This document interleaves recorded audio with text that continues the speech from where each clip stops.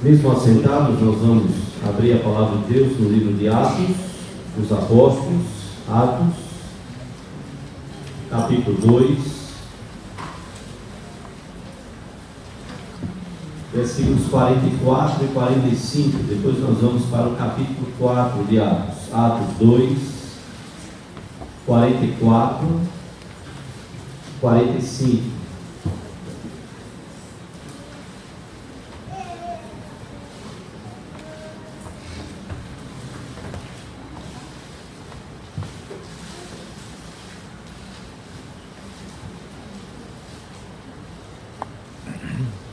Atos 2, 44, 45. Este tem sido um texto base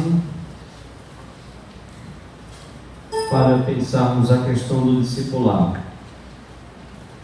Para pensarmos, na verdade, como os discípulos estavam vivendo. Este foi o propósito do evangelista Lucas ao escrever estes versículos, mostrar como aqueles primeiros cristãos estavam vivendo. Atos capítulo 2, versículos 44 e 45. Depois nós vamos para o capítulo 4, versículo 32. Atos 2, 44 e 45 diz que todos os que creram estavam juntos e tinham tudo em comum. Vendiam as suas propriedades e bens, distribuindo o produto entre todos, à medida que alguém tinha necessidade.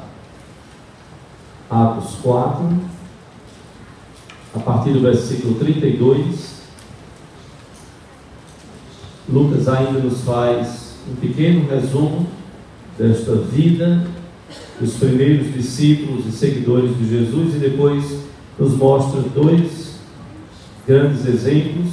Um deles nós cantamos aqui. Atos 4, a partir do versículo 32, registra Lucas: da multidão dos que creram, era um coração e alma. Ninguém considerava exclusivamente sua nenhuma das coisas que possuía.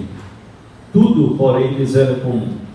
Com grande poder, os apóstolos davam testemunho da ressurreição do Senhor Jesus, e em todos eles havia abundante graça, pois nenhum necessitado havia entre eles, porquanto os que possuíam terras ou casas, vendendo-as, traziam os valores correspondentes e depositavam aos pés dos apóstolos. Então se distribuía a qualquer um à medida que alguém tinha necessidade. José, a quem os apóstolos deram o sobrenome de Barnabé, que quer dizer filho de exortação ou filho de encorajamento, levita, natural de Chipre, como tivesse um campo vendendo, trouxe o preço e o depositou aos pés dos apóstolos. Entretanto, certo homem chamado Ananias, com sua mulher Safira, vendeu uma propriedade, mas em acordo com sua mulher, reteve parte do preço e, levando o restante, depositou-o aos pés dos apóstolos. Então disse Pedro: Ananias, por que encheu Satanás teu coração para que mentisses ao Espírito Santo, reservando parte do valor do campo? Conservando-o, porventura, não seria teu? E vendido, não estaria em teu poder? Como, pois, aceitaste no coração este desígnio? Não mentiste aos homens, mas a Deus. Ouvindo estas palavras, Ananias caiu e expirou, sobrevindo grande temor a todos os ouvintes. Levantando-se os moços, cobriram-lhe o corpo e, levando-o, sepultaram. Quase 3 horas depois entrou a mulher de Ananias, não sabendo o que ocorrera. Então Pedro, dirigindo-se a ela, perguntou-lhe: dize-me, vendeste, portanto, aquela terra? Ela respondeu: sim, portanto. Tornou-lhe Pedro: por que entraste em acordo para tentar o Espírito do Senhor? Eis aí à porta os pés dos que sepultaram o teu marido, e eles também te levarão. No mesmo instante caiu ela aos pés de Pedro e expirou. Entrando os moços, acharam-na morta e, levando-a, sepultaram-na junto do marido. E sobreveio grande temor a toda a igreja e a todos quantos ouviram a notícia destes acontecimentos. Vamos orar ao Senhor. Eu vou convidar todos a se colocarem de pé, convidar as crianças à frente Nós vamos orar por elas, as suas professoras.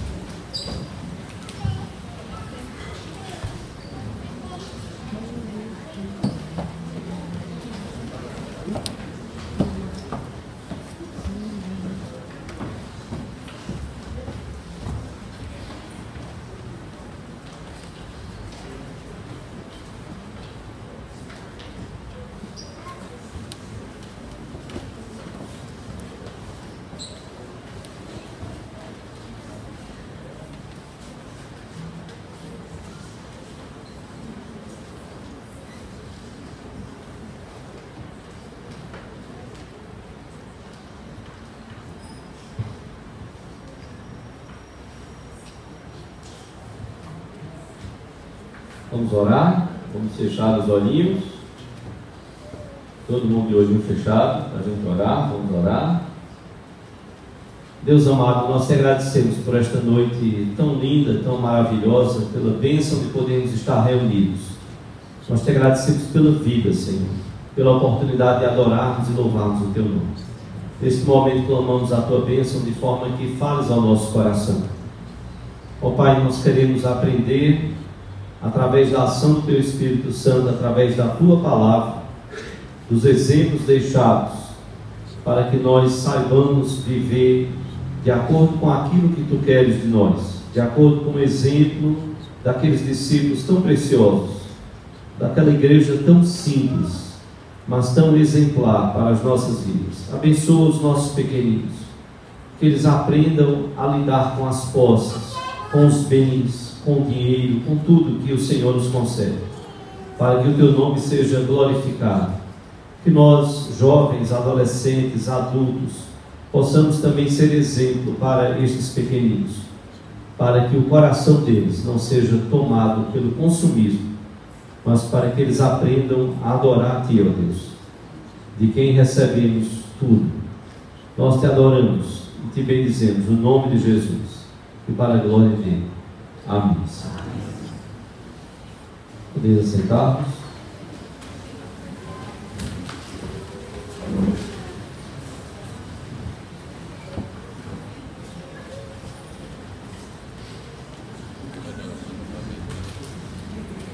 Textos, irmãos, preciosíssimos para os dias que vivemos. O nosso país tem um número cada vez mais crescente de pessoas endividadas, que levadas a um consumismo extremo, já não conseguem mais pagar as suas contas. O que é que nós podemos aprender quanto a posses, a bens materiais, que devem glorificar a Deus? O que é que nós podemos aprender e que princípios podemos tirar daquilo que a Bíblia nos ensina e dos exemplos deixados, olhando bem para esses primeiros discípulos, como eles viveram e o que é que eles têm a nos ensinar como cristãos, se desejamos ser de fato discípulos de Jesus. Sejamos discípulos através do exaltar, como falamos, vai ser o mês todo, mas no instante passa. Quando você vê, acabou julho, já vamos para edificar e vamos seguir. Domingo passado você tem resumo no boletim aí na capa, para você ler com calma em casa. Sejamos discípulos através do exaltar, através dos cultos coletivos, vendo a preciosidade de estarmos reunidos como igreja, como povo de Deus. Mas eu gostaria nesta noite de tratar sobre o desafio de Deus, de que nós sejamos discípulos através do exaltar a Deus por meio ou através das posses, daquilo que Deus nos dá materialmente falando. Nós vivemos dias, e isso não é nenhuma novidade, vemos isso na televisão, vemos isso pela crítica da mídia, vemos isso nos colegas de trabalho, quem sabe você já foi abordado em escolas, universidades, tanta distorção em grupos religiosos que deturpam o ensino bíblico e levam pessoas a se escandalizarem e até outras a blasfemarem contra Deus com respeito aos ensinamentos da palavra de Deus, com respeito à questão de bens materiais. E bem especificamente com respeito à questão de dízimos, de ofertas, como grupos religiosos estão distorcendo isso. E eu quero logo de início dizer a você, eu prefiro terminar os meus dias sozinho, totalmente abandonado e vendo outros líderes sendo muito seguidos, mas eu prefiro terminar sozinho dizendo, não é assim, é assim. Não é o que eu estou falando, é o que a Bíblia está dizendo. Então eu prefiro ser fiel a Deus e sempre estarei a combater e não poderei concordar com o que nós vemos e que está posto aí fora. Deuteronômio, você não precisa abrir agora, você vai gravar, o pessoal tem tanto uma cisma com o número 13. Deuteronômio capítulo 13 fala sobre, de fato, o teste do profeta. O grande problema que nós temos no meio evangélico é o seguinte: alguém diz, não, fulano é profeta, se ele falar e acontecer, pronto, ele é o profeta certo, ele é o profeta verdadeiro, porque ele falou e aconteceu. Vale até a pena, se você conseguir, deve ter aí na internet e tudo, fé demais não cheira bem. Ele não tinha nada de profeta, ele não era verdadeiro, e alguma coisa aconteceu naquele filme impressionante. É um filme divertido, é uma comédia, é uma crítica à vergonha do que nós temos hoje no nosso país. Mas antes de chegar no nosso país, nós já importamos dos Estados Unidos de práticas de igrejas lá. Essa teologia da prosperidade que distorce de forma, e de fato, errada aquilo que a palavra de Deus nos ensina de forma tão correta, do ensinamento de Deus para as nossas vidas com respeito à questão das posses dos bens que Deus nos concede. Mas lá em Deuteronômio capítulo 13, com calma você pode ler em casa, não é o foco aqui da nossa pregação nesta noite, do ensino desta noite, mas Deuteronômio capítulo 13 fala, o próprio Deus diz ao povo, Deus diz, olha, quando um profeta se levantar no meio de vocês, e acontecer o que tal profeta disse, se depois ele convidar você para adorar outros deuses, lembre-se que Deus está provando o seu coração. Ou seja, o mesmo que acontece hoje, acontecia naquela época. Alguém dizia, mas ele não falou que ia acontecer? Ele falou, aconteceu, aconteceu. Então ele é de Deus. Aconteceu exatamente o que ele disse. Então ele é de Deus. É uma verdade isso. Ele falou que ia acontecer, aconteceu. Então ele é um profeta de Deus. E Deus diz lá em Deuteronômio capítulo 13 de forma muito clara, ao dizer Deus, se ele convidar você para adorar outros deuses, Deus estava dizendo que o que de fato dá o veredicto do profeta não é o sinal acontecendo. O sinal, o diabo é capaz de fazer e enganar. O problema é qual é o ensino desse profeta. Cheque o ensino desse profeta com aquilo que a palavra de Deus fala. Se o ensino não é coerente, se não bate, se ele não ensina o que a palavra de Deus fala, não se perca com o sinal. O sinal pode estar sendo exatamente uma armadilha para você. E o filme Fé Demais também, ele mostra vários sinais que vão acontecendo e as pessoas vão se iludindo e vão mergulhando e dizendo, é para seguir e é para fazer aquilo que está sendo dito. Eu fiquei chocado há algumas semanas atrás. Eu recebi um zap com um vídeo e eu não acreditei no que eu estava ouvindo, muito embora eu já tinha algumas notícias e algumas pessoas já faziam alguns comentários. A gente vai, sustenta só um minutinho, a gente vai dar uma olhadazinha no vídeo. É um vídeo rapidinho, coisa de 1 minuto, mas eu queria que você prestasse bastante atenção no que é ensinado. Eu quero perguntar a você, o Deus a quem você serve, Ele é o Senhor de todas as coisas, ou Ele é um servo seu? Quem é servo nessa relação? Sou eu e você que somos servos de Deus? Ou é Deus que está a serviço dos nossos caprichos? Tá certo? Vamos dar uma olhadinha no vídeo. Aquele que recebeu a sua oferta vai providenciar o retorno para você, porque ele não vai ficar devendo nada para você, ou vai? Você acha que Deus fica devendo alguma coisa para a gente? É até gozado, não é? Deus ficar devendo alguma coisa. Porque quando você dá para Deus, você não está dando para mim. A oferta que você colocou aqui não é para mim. Ou é para mim? Não é para mim. Se eu pegar essa oferta, eu serei ladrão. Essa oferta você deu para Deus, para pagar as contas da obra dele, televisão, rádio, etc, aluguéis, etc. Amém? Então você deu para Deus. E Ele tem a obrigação de abençoar você. Não é favor, não. Obrigação. Você já ouviu falar isso? Na igreja, nas igrejas aí fora? Normalmente a pessoa fala assim: ó Deus, pela misericórdia, Senhor. Isso é para quem não depende, não tem fé em Deus. Quem tem fé em Deus, ó Deus, está aqui, ó. O Senhor me pediu, está aqui, toma. Agora eu quero a resposta. Amém, pessoal?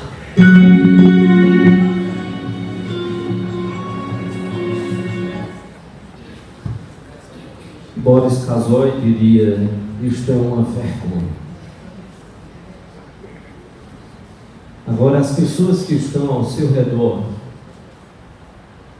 se você não viveu verdadeiro discipulado, elas irão para o inferno, por não conhecer o que Jesus fez por elas. Elas vão olhar para o que elas estão ouvindo aí, e para as manipulações e deturpações da palavra de Deus, e elas estarão até sendo guiadas pelo ensinamento errado e achando que elas estão fazendo certo.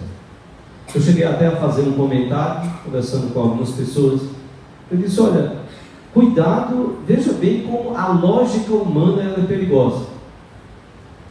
Se eu chego para as minhas filhas e digo: olha, se você passar no vestibular, quando você terminar a sua faculdade, você escolhe o carro e eu compro. Primeiro que eu não tenho condição disso, só se eu conseguisse vender minha sogra pelo preço que dizem que ela vale. Dizem que o valor dela é inestimável. Então aí sim eu conseguiria satisfazer o desejo de qualquer das filhas. Mas veja bem, se eu digo a ela: se você passar no vestibular, quando você terminar o seu curso, você escolhe o carro, seja importado o que for, e eu compro. Olha, se eu falo isso, eu estou obrigado. É a minha palavra, é a minha honra. Ou seja, eu disse, eu fiz uma promessa. O grande problema é que eu não sou Deus, e a relação não pode ser dessa. Quando Deus diz que nos abençoa, de fato Ele faz. Ninguém precisa cobrar dele. E outra, a grande realidade é que quando se fala de misericórdia e graça, graça é favor que eu não mereço. Misericórdia é: eu mereço o castigo, e aí quando a pessoa diz: não, eu clamo por misericórdia, é como quem diz: por favor, não me castigue, eu sei que eu mereço. E aí Deus então retém a mão e não castiga como nós deveríamos receber o castigo.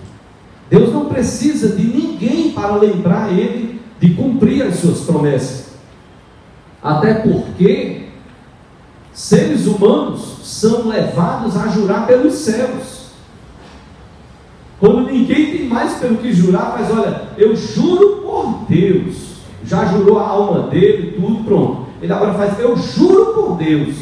E a Bíblia diz: Deus jurou por si mesmo.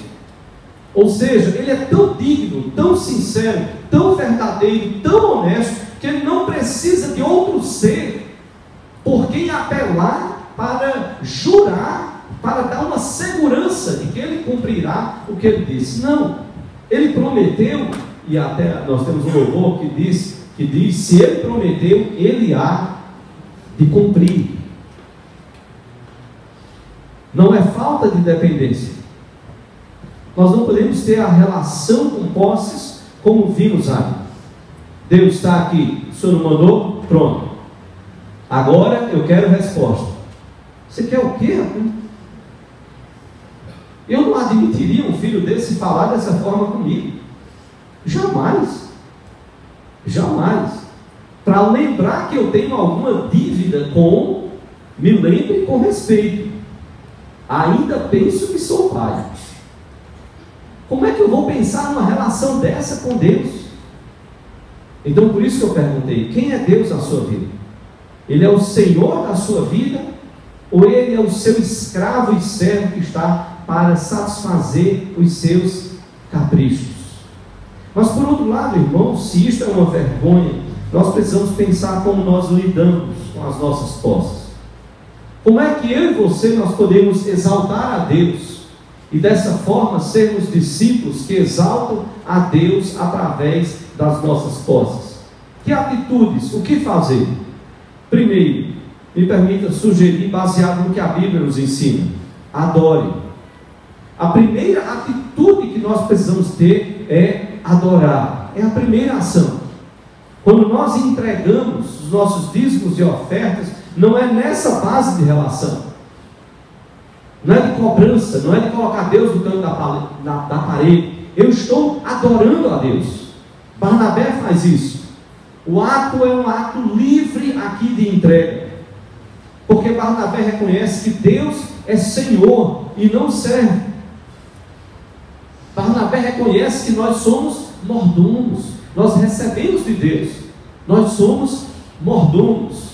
Falar de mordomos e nós não somos senhores, nós somos mordomos, nós somos servos que administram aquilo que Deus nos concede. No seminário nós fomos levados, eram 10 versículos que nós tínhamos que decorar. Dentre eles, logo no começo, era 1 Coríntios capítulo 4, versículo 2. Ora, o que se requer dos despenseiros é que cada um deles seja encontrado fiel. Não está ali na tela não, viu? Fazem só quase 30 anos. Ora, o que se requer dos despenseiros, dos mordomos, é que cada um deles seja encontrado fiel. O mordomo, ele tinha acesso, como José teve como mordomo de Potifar, ele tinha acesso a todos os bens do seu senhor. E o que se requeria do mordomo é que ele fosse fiel. Era ele quem ia administrar os recursos do seu senhor. E Paulo é quem escreve aos Coríntios, dizendo a nós cristãos: olha, o que se requer de nós como cristãos é que cada um seja fiel. Pastor Francisco, de vez em quando encontrava a gente pelo meio do campus do seminário, então ele olhava para a gente, porque era a palavra lá do grego mesmo, é que cada um seja fiel. Então ele dizia: irmãos, pistós, irmão, pistós, você está sendo pistós. Pistós é a palavra fiel no grego. Então ele cobrava da gente. Via a gente: pistós, irmão, você vai fazer a prova, eu vou deixar a prova aqui, e eu vou deixar vocês aí, eu vou lá na minha sala, que eu tenho que pegar o material. Pistós, irmão, não fila, pistós, você tem que ser pistós, você tem que ser fiel. É fiel a Deus. Além de qualquer pessoa, além de qualquer coisa, lembre-se, fiel a Deus. Barnabé não tinha nenhuma obrigação, ele fez com um ato voluntário. A Bíblia diz que outros fizeram isso. Veja que Lucas relata de forma muito clara que outros fizeram isso, e Barnabé teve o desejo, simplesmente aprove ao Espírito de Deus separar e levar Lucas a registrar esse ato de Barnabé, até porque Barnabé seria um cristão muito pistoso, muito fiel, muito dedicado a Deus, mas um homem de um coração extremamente simples. Barnabé, filho da exortação, filho do encorajamento, alguém que encoraja o outro, diz: bora lá, irmão, vamos ser fiéis, vamos ser pistosos a Deus, vamos ser fiéis ao Senhor. Barnabé era um homem assim. Como nós cantamos quando Paulo se converteu, quem correu para dar apoio foi Barnabé, o filho de encorajamento. Não é exortação só bronca, é alguém que encoraja, que dá ânimo ao outro. Foi isso que Barnabé fez. E o ato dele aqui foi um ato extremamente voluntário. Ele vendeu o campo que tinha, pegou todo o valor, foi o que ele quis fazer. E ele chegou lá sem pressão de ninguém, sem ninguém obrigar a nada, e simplesmente ele desejou doar aquilo ali.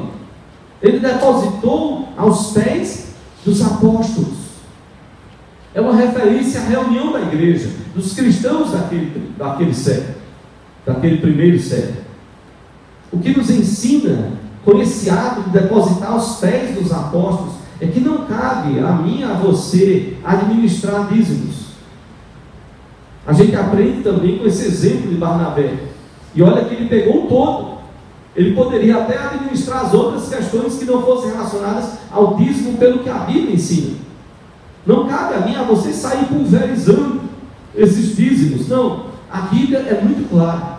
Nós lemos o texto de Malaquias no momento da confissão. Deus chama a entregar no templo. E a Bíblia fala aqui que Barnabé vai e coloca aos pés dos apóstolos. Deus chega até a dizer: olha, o povo está me roubando. Era um povo de Israel a quem Deus tinha abençoado. Deus tinha abençoado tanto aquele povo. E o povo parece que quanto mais tinha, mais queria. O coração do homem é insaciável. Insaciável. Não duvide. Não duvide. Muitas vezes você não vê o pastor dando dízimo aqui. E nós damos o dízimo no presbitério. Inclusive eu tenho até, como eu brinco muito com o tesoureiro lá do presbitério, eu digo: olha, o meu código são os centavos. Toda vez que você vê 0,3 centavos, 3, você é o quê? Ele fez tricolor, e pronto, eu também. Então toda vez que você vê 0,3 é o meu código. Então você já sabe, aquela transferência, aquele dízimo ali é o meu. Pronto, ok. E aí então, qualquer mudança, qualquer alteração para mais, eu digo: olha, esse mês foi a mais, porque houve um extra aí, alguma coisa a mais. Ele disse: não se preocupe não. E aí, por várias vezes que eu ligava, o Luiz Edson, presbítero das Graças, ligava para ele, tesoureiro do presbitério, e dizia: rapaz, para de me ligar, esse é um problema teu com Deus, eu não quero você ficar ligando para mim, aí não alterou. Primeiro que eu já vi o código, não interessa, se houve uma alteração de valor, o problema é seu com Deus, eu não tenho nada a ver com esse problema. E eu fico pensando, porque no presbitério, não neste, mas em outro que fiz parte, uma vez o presbitério se reuniu e foi uma tristeza, porque o presbitério abriu as contas para os pastores e presbíteros representantes de igreja. Foi triste. Nunca esqueço aquele dia. Foi uma angústia e uma dor tão grande que a gente conversava entre pastores: gente, a gente não pode deixar ficar acontecendo isso.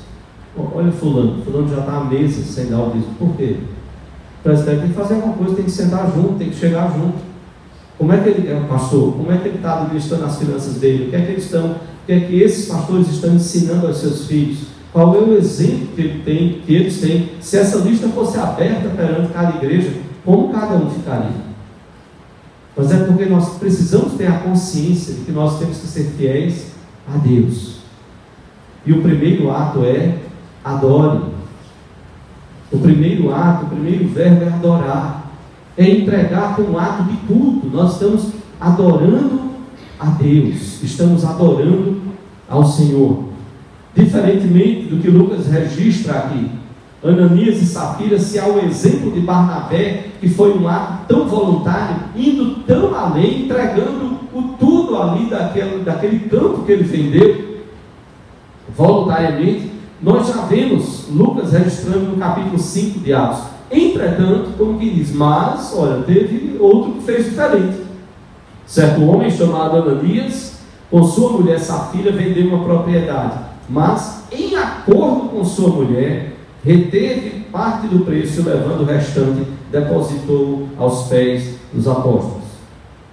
Eles estavam muito bem combinados, muito bem afinados, o casal, uma comunicação maravilhosa entre eles, mas péssima deles com Deus. A grande questão aqui não é quanto Ananias e Safira, quanto eles deram, mas era qual a motivação do coração. Naturalmente que quando alguém de repente dava, era possível que alguém dissesse: eita, rapaz, a gente está precisando de recursos. Não, os recursos já estão supridos. Barnabé vendeu o campo e já fez a doação, e a gente então já vai poder ajudar pessoas. Você vê lá em Atos capítulo 6 que as viúvas daquela época eram assistidas, e existiram algumas regras para que viúvas pudessem ser assistidas, ajudadas, até porque a coisa de certa forma estava se perdendo. Mas então a notícia de que Barnabé, essa notícia pode ter corrido, as pessoas podem ter falado: E Ananias e Safira então combinam entre eles, e lá vão eles, lá vai Ananias fazer a sua oferta. Qual o problema deles? Mentira.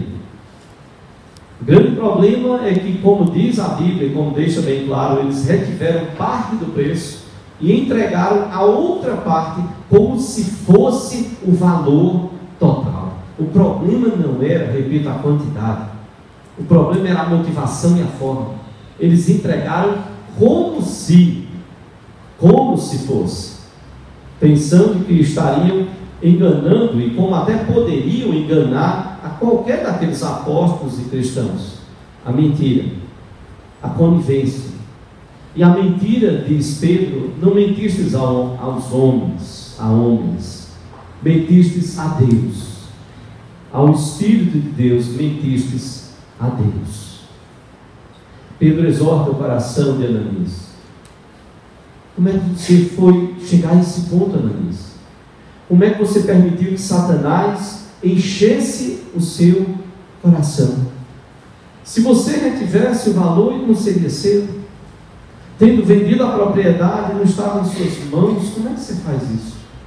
Como é que você deixa Satanás encher o seu coração? Até porque Satanás, diz o próprio Jesus lá em João capítulo 8, Jesus diz, ele é o pai da mentira. Como é que você permitiu Satanás encher o seu coração dessa mentira?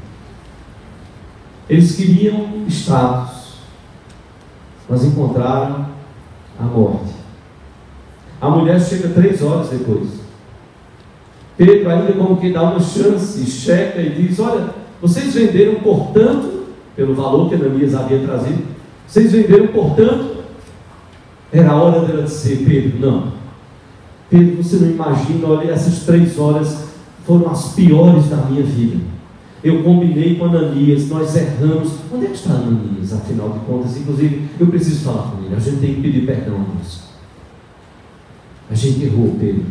Não, ela não faz isso. Ela diz, sim, portanto, estava tão bem ali combinada com o esposo.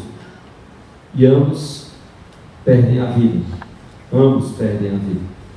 Eu estava num congresso, uma coisa engraçada aconteceu. O palestrante que estava pregando esse texto de Ananias e Safira, e era um norte-americano, tinha uma mensagem maravilhosa, e tinha um brasileiro traduzindo. E de repente ele falou uma coisa muito dura, impressionante.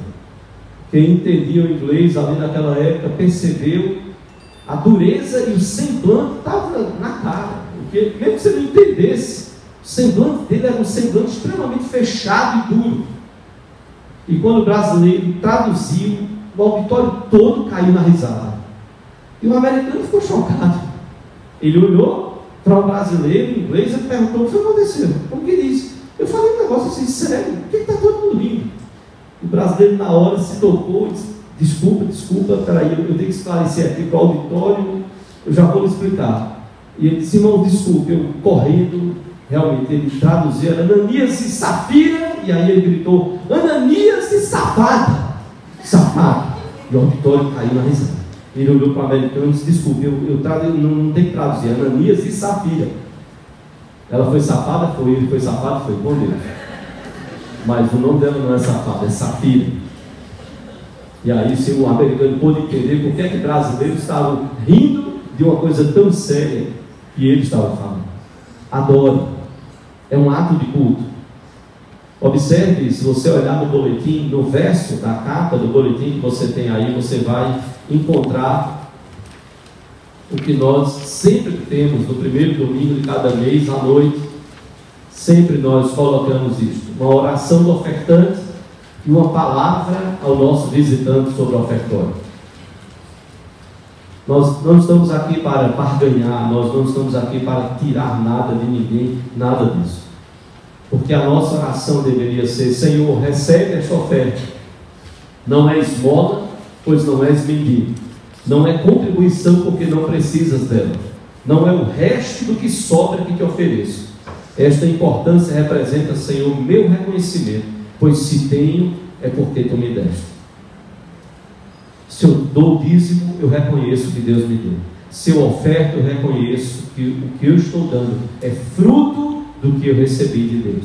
Por isso a nossa palavra ao visitante sobre o ofertório é: prezado visitante. O ofertório é um momento quando nós cristãos, membros da igreja, demonstramos nossa gratidão e confiança em Deus pelo suprimento que nos tem dado. Não se sinta constrangido a ofertar, todavia, se desejar fazê-lo, que seja com total liberalidade e espontaneidade. Nós estamos dizendo com isso, primeiro, não é nem a obrigação dos cristãos. Se você dizima e oferta como obrigação, você precisa voltar para o cristianismo básico. Que lá nós aprendemos pela Bíblia que aquilo que nós estamos dando deve ser fruto. O nível mais elevado da nossa contribuição é quando nós amamos a Deus. É mais do que gratidão, é mais do que investimento na obra, é amor a Deus. E porque o amamos, nós então o fazemos. Dizimamos por amor, ofertamos por amor. É um ato através do qual nós estamos dizendo: Senhor, eu te adoro, eu te exalto pelo Deus que tu és. Como Davi fez: Senhor, eu reconheço que tudo que nós temos vem de ti. Tudo que nós temos vem de ti, por isso eu faço isso. Eu não faço isso, Senhor, para ter, não, eu faço porque eu já recebi. Eu estou dando do que eu já recebi. Eu não estou dando na barganha, nessa relação de barganha, não, de forma vergonhosa, não. Eu estou dando reconhecendo o Pai que eu tenho, o Pai que cuida de mim. Vi a história de missionários que, para enviar mais missionários a outros países, eles, ao longo de muitos e muitos anos, mesmo pregando nos Estados Unidos, há registros na história que falam de alguns missionários que gostavam muito de café. Eu não sei se você gosta, eu gosto de café. Eles abriram mão de tomar café, porque café, há décadas e décadas atrás, nos Estados Unidos, era caríssimo. Eles tomavam chá, porque era barato. Eles diziam: nós vamos tomar chá para sobrar mais dinheiro, para a gente enviar mais missionários, para que o Evangelho seja espalhado nesse mundo. Então a primeira atitude que eu quero levar você, através da palavra, é: tenha a atitude de adorar. Adore. A segunda atitude é: ajunte. Adore, ajunte. Ajuntar. Ajuntar, e não é errado, pelo que a palavra de Deus nos ensina. Ajuntar significa resistir ao consumismo idólatra do eu, do ego. Você já viu muita gente assim: não, eu mereço isso daqui. Você merece cuidar. Ajunte, cuidado com esse eu mereço, eu mereço. Eu sei, tem coisas que a gente quer, a gente gostaria de ter, a gente se planeja, se organiza, isso não está errado. Só cuidado com a compulsão, cuidado para que isso não seja a razão da sua vida, o ter. Eu vi falar de uma mulher, e eu não vou dar nenhuma pista, apenas dizer que ela era crente, visitou aqui a nossa cidade, encontrou-se com outra crente, e ela, esposa de uma alta autoridade aqui no Brasil, e ela saiu para dar uma olhada nos nossos shoppings, e ela encontrou um vestido que ela amou, e ela olhou para a crente aqui da nossa cidade e disse assim: que vestido lindo, eu vou comprar esse vestido. E aí a crente disse: tu vais comprar esse daí? Sim, gostei muito dele.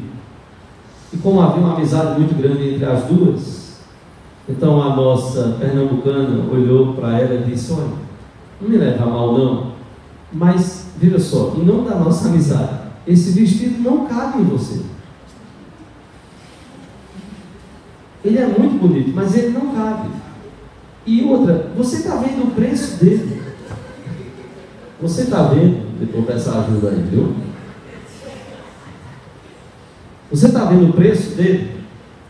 R$4.000. E ela disse: vou. Qual é o problema? Ela disse: um dia eu emagreço. E o uso. E levou, crente, R$4.000 em um vestido para no dia e se emagrecer. Então vamos gastar mais 4.000 para emagrecer, 8.000, então 4 no vestido, 4 para emagrecer, e aí vai usar o vestido, pelo menos para fazer uso do vestido. Não faça isso. Resista a esse consumismo idólatra.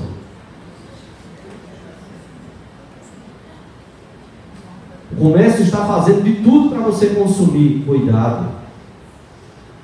Cuidado para você não se arrebentar. Deixe que outros consumam. E se você puder, ajude as pessoas a quem está perto de você. Cuidado com dívidas. Evite dívidas desnecessárias. Romanos 13:8 nos mostra claramente, a palavra nos diz: a ninguém fiqueis devendo coisa alguma, exceto o amor, com que vos ameis uns aos outros. A ninguém fiqueis devendo coisa alguma. Evite dívidas. Ajunte. É hora de sustentar o consumo. Há algumas coisas que até de certa forma são um tanto inevitáveis, mas mesmo assim você tem que tomar cuidado.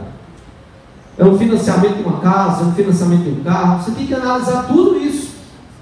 Analisar como tudo isso vai pesar no seu orçamento. Mas porque a palavra de Deus nos ensina isso.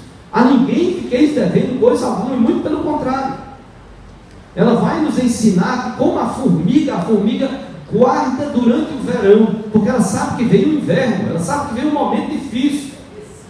E ela sabe, entre aspas, né, porque ela não tem inteligência, é um instinto. Deus a fez assim. E é aquele animal, inseto irracional que ensina a seres e animais racionais como eu e você. Ajunte, não ande no limite, para que o gafanhoto, e esse é o texto também de Malaquias, a praga que está lá, para que o gafanhoto não destrua os recursos que Deus lhe deu. Administre o que Deus lhe dá. Isso significa ralar um pouquinho, fazendo orçamento, somando, diminuindo, cuidando do que dá, do que não dá. E tome muito cuidado. Tome muito cuidado ao ser fiador. A palavra de Deus nos fala sobre isso. Você tem que ter cuidado. Ainda bem que eu tenho uma reserva, eu posso ser fiador. Minha sogra vale muito, então eu posso ser fiador. Você não pode brincar com a sua sogra, mas eu posso brincar com a minha, tá certo? Você já me conhece, e eu não venderia uma joia dessa, tá certo? Mas veja bem, a gente tem que ter cuidado. Há muitos anos eu recebi um homem, bons anos, mas num momento muito difícil. Eu estou há 15 anos aqui, 5 anos na igreja de Olinda, há 20 anos atrás. Eu estava saindo da igreja de Guararapes para a igreja de Olinda. Esse homem entregou a vida dele a Cristo. Passamos 4 anos e meio, quase 5 anos naquela igreja, e pregando e falando o evangelho. E esse homem que tinha sido criado no evangelho, ele se afastou da igreja, tudo e tal, e de fato ele foi só criado, ele nunca tinha tomado uma decisão por Cristo. E ele, sem marcar o gabinete, ele telefonou e disse: pastor, eu queria ter uma palavra, estou precisando urgente. Ele entrou no gabinete e disse: pastor, eu estou precisando de 1 hora, o senhor me escuta durante 1 hora. Eu disse: ok, pode falar. Ele disse: eu estou vindo aqui para dizer para o senhor que eu estou entregando a minha vida a Cristo. Não me interessa se o senhor vai me julgar mal, o que é que o senhor está pensando. Eu digo: primeiro vá com calma, fale, o que é que está no seu coração, o que é que está levando você a isso? Ele disse: eu tenho que dizer ao senhor, eu passei esses anos, eu fui criado no evangelho, eu nunca entreguei minha vida a Cristo. E eu queria pedir carta branca ao senhor. Eu estou tendo que fazer uma viagem. E eu queria pedir carta branca para no dia que eu passar por Recife, se algum dia eu puder voltar, eu gostaria de telefonar e sem marcar horário, eu queria chegar e poder sentarmos juntos e conversar de novo. Eu disse: se eu estiver aqui, não tem problema aí, havendo a possibilidade, sem problema. Eu disse: o que é que está acontecendo? Ele disse: eu tenho que sair do estado. E se eu pudesse, eu sairia do país. A minha vida está correndo risco. Agiotas ligaram lá para casa: eu estou devendo mais de 100 mil reais. Ameaçaram minha esposa. E depois de várias e várias ligações, ela começou a desconfiar que alguma coisa não estava bem, me procurando. Nas últimas, então, fizeram algumas ameaças tão grosseiras que eu não tive como. Eu tive que abrir o jogo com ela e falar tudo o que estava acontecendo. E eu estou indo embora hoje à noite. Eu estou pegando um ônibus, eu estou indo embora. Eu tenho que sair, eu não posso ficar aqui no estado. Ele disse: eu não posso nem pegar um ônibus aqui no Tite. Eu estou indo de carro. Eu estou indo para outro estado. Desse outro estado é que eu vou pegar um ônibus para uma outra localidade aqui no país. Arruinou aquele casamento. Arruinou aquela casa, a família, os filhos. Quantos e quantos problemas. Mas nós precisamos aprender a exaltar a Deus através das nossas posses, no momento de alegria e no momento de dor. Por isso eu digo a você: exaltar a Deus através das posses, sim, adore, ajunte, mas não só adore e ajunte, alegre-se. Ao dar, alegre-se. Eu não consigo imaginar Barnabé doando de forma triste. Não só ele, mas outros, como nós lemos aqui, em Atos 4:32.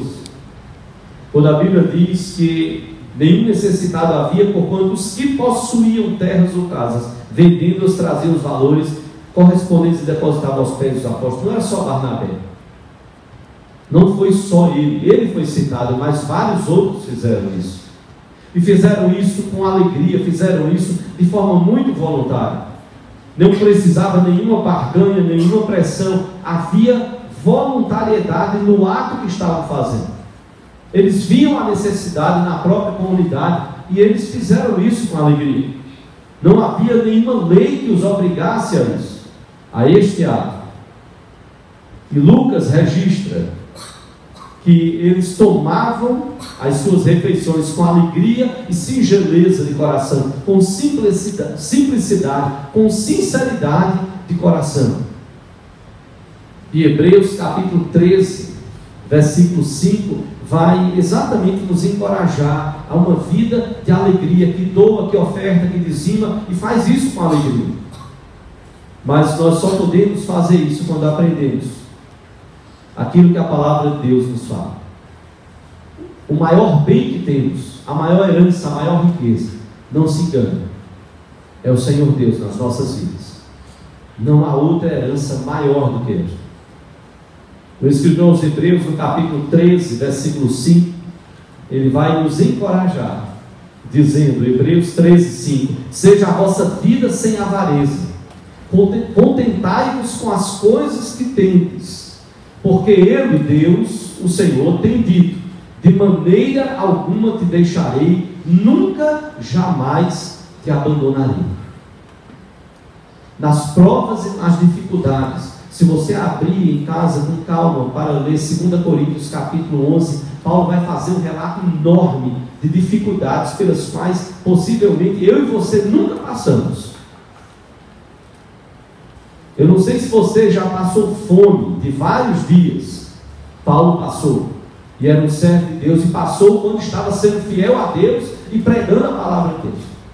Eu não sei se você já recebeu uma quarentena de ações menos um, ou seja, 39 açoitadas, para não chegar ao 40º, que havia uma lei no meio dos judeus com respeito a isso. Então não, 40 não, dá até 39. Até 39 você dá a chibatada e mete o cacete para cima. Paulo sofreu isso. Eu não sei se você já sofreu naufrágio. Paulo sofreu. E em meio a todas as dificuldades, até ter sido apedrejado, jogado fora da cidade, diz a Bíblia, tido por morto.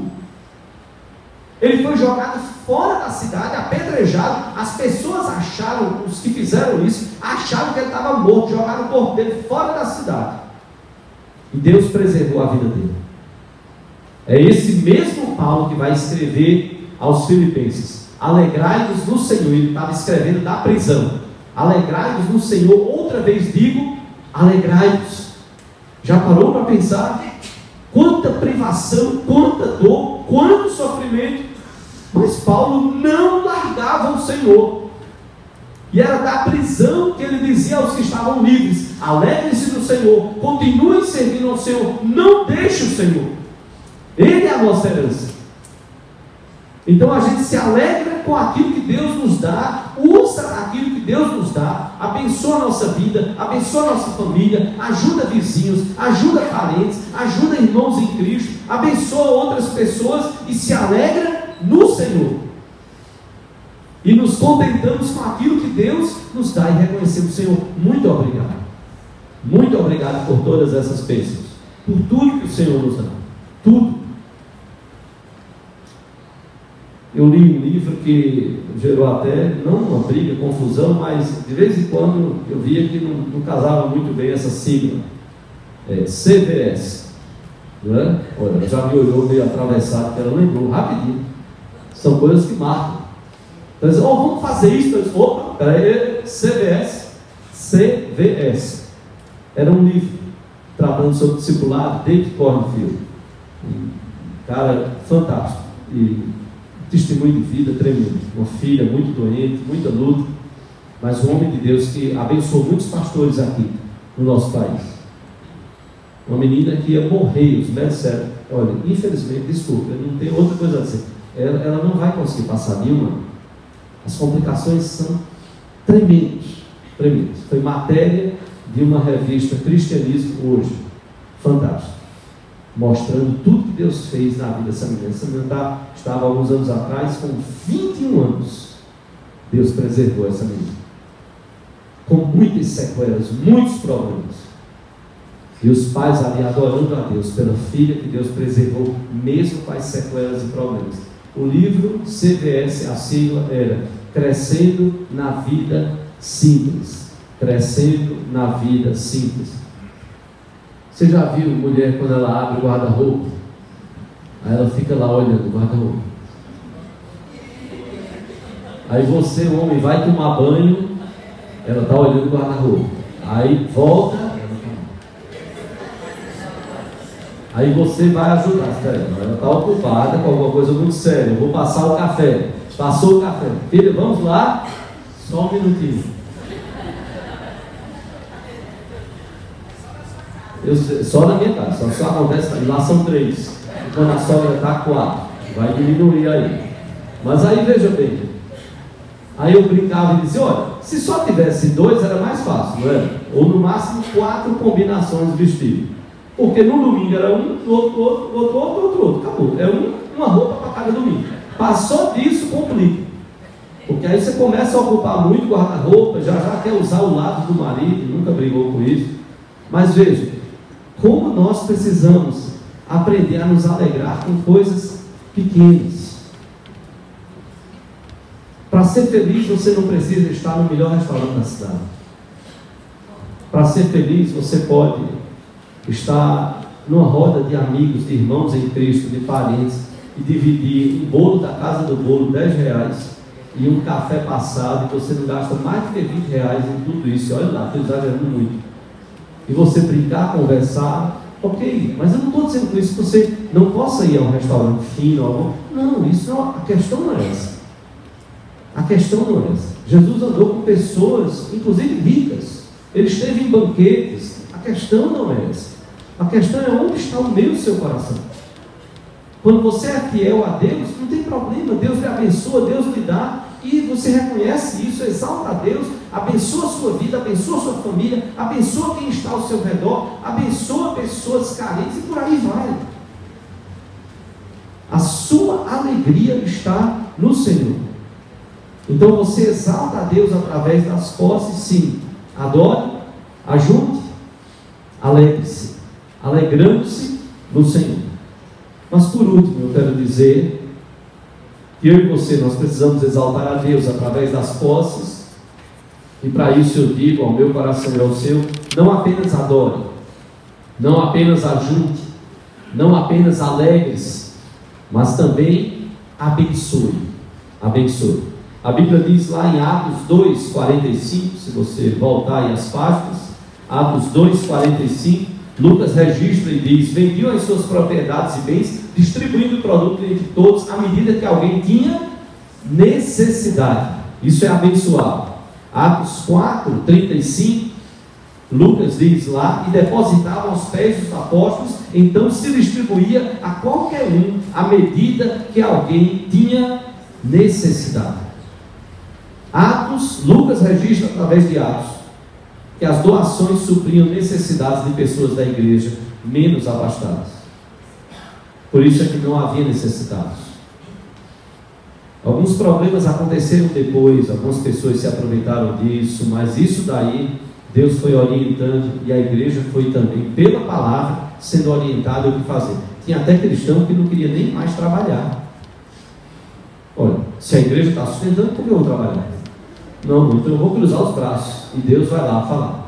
Atos 6 mostra dessas viúvas, como falamos, que recebiam diariamente algum suprimento, e algumas delas de fato precisavam receber.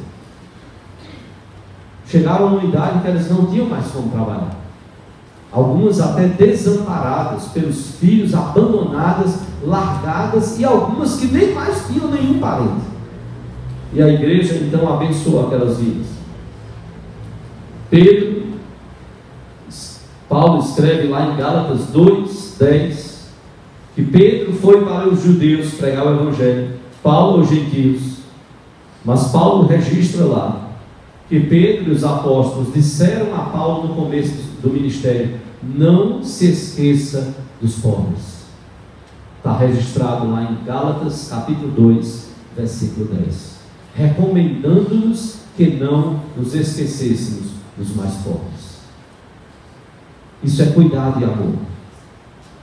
Os nossos dízimos e ofertas, quando eu e você somos fiéis e exaltamos a Deus através daquilo que Deus tem nos dado, os nossos dízimos e ofertas abençoam ministérios da igreja, provendo os recursos que os ministérios precisam para então cumprirem a missão de levar o evangelho, de fazer novos discípulos de Cristo.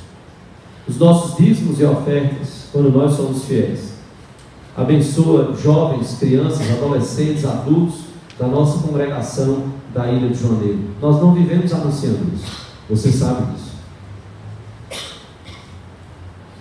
Mas muitos recursos que são investidos lá, e nós precisamos muitas vezes dizer para que a igreja saiba.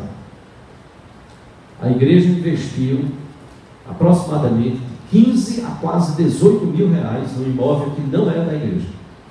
Hoje ele está lá valorizado. E fez isso por investimento, pela necessidade de ampliação do trabalho. A igreja não se negou a fazer isso. E ajuda, e continua ajudando. E continuará, assim Deus nos permite. Tem alegria maior do que ver um jovem, uma criança, um adolescente, um adulto, um idoso não estar envolvido com drogas, com prostituição, no meio de uma situação, de uma favela urbanizada, num local extremamente difícil. Não tem preço. São os nossos dízimos e ofertas, que suprem também necessidades emergenciais, através da junta diaconal, que também ajuda lá na congregação, sem alardear, que ajuda não só membros da igreja, até pessoas que precisam de algum apoio, alguma ajuda emergencial. Ela hoje está na glória, na presença de Deus. Mas os irmãos, os que conheceram a irmã Emília, sempre estava levando a ceia para ela, já extremamente idosa, e muitos aqui conheceram. Um dia ela acordou, morando num quartinho simples. A junta diaconal foi lá e fez um banheiro. Não fez só isso, porque ela acordou, tinha um palmo de água dentro desse quartinho onde ela morava, num terreno. Quem atuou foram os seus diáconos, irmãos. Valorizem, louvem a Deus por isso. E os diáconos não alardeiam daqui, porque não é, e eles sabem disso. É temor a Deus. Eles não chegam aqui para ficar falando: olha, nesse mês nós ajudamos fulano, beltrano, cicrano. Ore por eles e ajude eles. E é com verba daquilo que vem dos nossos dízimos e ofertas, do nosso orçamento votado. A junta diaconal vai. E até busca fazer mais para ajudar pessoas, então, em haver necessidade. Os nossos dízimos e ofertas abençoam a vida do pastor Aldo Gentilini, lá no sul, no centro-oeste do nosso país. Eldorado, Mato Grosso, na evangelização indígena. Os nossos dízimos e ofertas ajudam o pastor Rogério na evangelização do sertão do nosso estado. E nós não vivemos alardeando isso, não falamos de valores, mas é ajudar. E louvado seja o Senhor por isso. Mas isso é a partir de quando eu e você nós somos fiéis ao Senhor. Sustenta funcionários, pastores aqui da igreja, pastores, todos, a mim, ao pastor Xandó, ao pastor Enoque, ao pastor Manuel agora, mais novo para a congregação, além do conforto que nós temos, preparando o ambiente, deixando agradável, tantos outros trabalhos, tudo isso para abençoar vidas, tudo isso e mais para cumprir o propósito do Senhor e fazermos discípulos. Como isso é possível? É quando Deus move o meu e o seu coração para sermos fiéis a Ele. Se você quer exaltar a Deus através das suas posses, adore, ajunte, alegre-se e abençoe vidas. Tudo aquilo que nós damos, Deus está nos dando a graça de multiplicar isso e abençoar outras vidas, fazermos novos discípulos de Cristo, que aprendam a lidar com as suas posses, com os recursos que Deus nos dá. Eu sei que uma palavra dessa não dá para a gente, precisaria entrar em outros detalhes que futuramente vamos ter a oportunidade de pensar como até em alguns outros princípios para nos ajudar a lidar com as nossas finanças. Mas guarde esses princípios, guarde esses princípios. Adore a Deus com os seus dízimos e ofertas. Ajunte, é preciso também separar no orçamento algo que você vai guardar mesmo. Aprendamos com a formiga. Mesmo que seja pouquinho, a gente acha que é pouquinho, mas é algo que a gente precisa esquecer aquele pouquinho para o momento de emergência, como a formiga nos ensina.